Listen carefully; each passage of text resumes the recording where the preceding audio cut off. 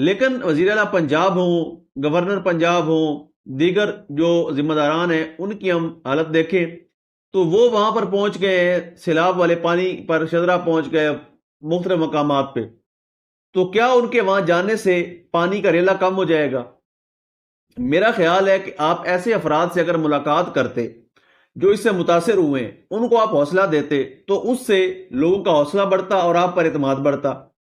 اگر آپ ان لوگوں کے درمیان جائیں گے جن لوگوں کا بے شمار جانی نقصان ہوا ہے، مالی نقصان ہوا ہے، جن کی فصلیں بہہ گئی ہیں، جن کے جانور بہہ گئے ہیں، اگر ایسے لوگوں کے سامنے آپ جائیں گے تو وہ لوگ آپ کو دیکھ کر ان کا حوصلہ بندھے گا.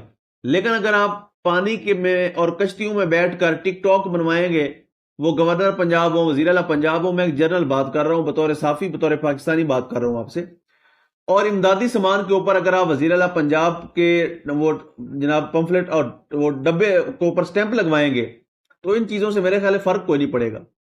یہ جو ذہنی پستی ہے، اس سے نکل کر ہمیں کام کرنا پڑے گا، بطور پاکستانی کام کرنا پڑے گا. اپنی ذاتی تشہیر کو ایک منٹ کے لیے دفع کیجئے. پنجاب کے اندر جو ہمارے پنجاب کے لوگ یا پورے پاکستان کے اندر مختلف لوگ اس سیلاب کی زد میں ہیں، خدا را پہلے ان کی داد رسی کریں، ان کا نقصان کا ازالہ کریں.